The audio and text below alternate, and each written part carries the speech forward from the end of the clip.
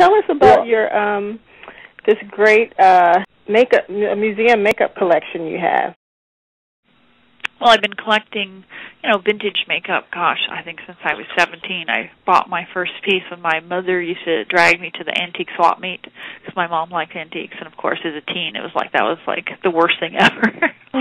So, walking around early in the morning being all mopey or whatnot. And, I had already worked in cosmetics, actually. And one time I saw this really beautiful container, and it was a loose powder, but it was all encased in satin, and it had never been opened. It was just all, I don't know, you just wanted to touch it and play with it. It was so pretty and soft. And I bought it. I just thought, I don't know what the heck I'm going to do with it. I thought this is kind of interesting. And then I started realizing, oh, they have some powder over here. Oh, they have contacts. Oh, look at this old lipstick, And I just kind of got the fever, you could say. So I had bought hundreds of items, probably. And then I discovered eBay when that first started. Holy cow. I really thought I should start eBay Anonymous at one point because it does become an addiction. If anyone's done it before, they know what I'm talking about. And I would buy so many things I couldn't even remember what I bought. I would just get packaged every day. Half the time I wouldn't even open it, or if it was messy, I would just throw it away. I couldn't be bothered. And my bookkeeper at one point says, Donna, you have to stop buying. Do you know how much you've bought? And I'm like, oh, gosh, I don't know. How much have I spent? About 10 grand. She goes, Donna, you spent $42,000 in the last few months. I was like, holy cow. So I already had a lot, and then I just really kind of went crazy. I hardly ever buy stuff anymore unless it's something really rare that I know I don't have. But what became such a cool addiction is, you'd find a beautiful piece and you didn't know how old it was. You do research, and sometimes you would find an advertisement for it.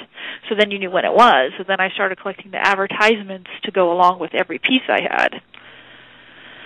So, it was a big investment. I think the last time I counted, I had almost 3,000 pieces. Wow.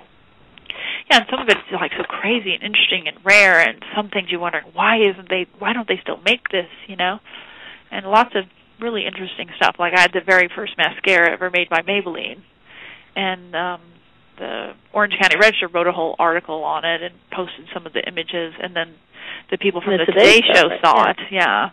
So it's supposed to run on the Today Show website soon because they interviewed me as well. And when I was researching for them, because they're like, don't guess, we have to know the exact date or we can't say it. I'm like, I get it. You're the friggin' Today Show. So I was doing my research, and then I came across, one of my favorite pieces is this original Maybelline mascara with a picture of Mabel right on it, who was the creator's sister. And I was researching it, and I found the lady that said the heiress to Maybelline fortune. She's traveling doing her story. And I was like, oh, how cool is that? I wish I would have caught this. And I looked at it, and I'm like, oh, my gosh, it's next week. I'm like, where is it? And I thought, of course, it was New York or something, and it was in Newport Beach, which is literally a half mile from my house. Oh, wow. So I went to this big function. I met her, and then she thought it was a bigger deal that I was there. So she actually, talked about me on stage, that I was sitting in her audience, and I thought, oh my gosh, this is crazy.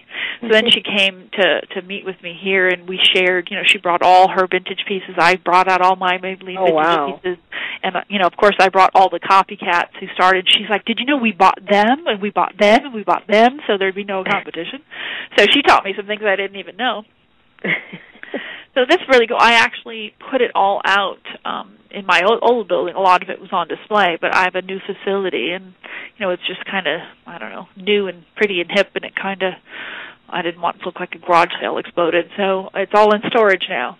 But I put it out once a year for a 3-day period makeup workshop that I do, and that's when I had put so much work into it last time displaying it. I called the newspaper to say, hey, do you want to come check this out? And that's what led to, of course, the Today Show thing, as well as the heiress to Maybelline and all that. Oh, nice. Wow.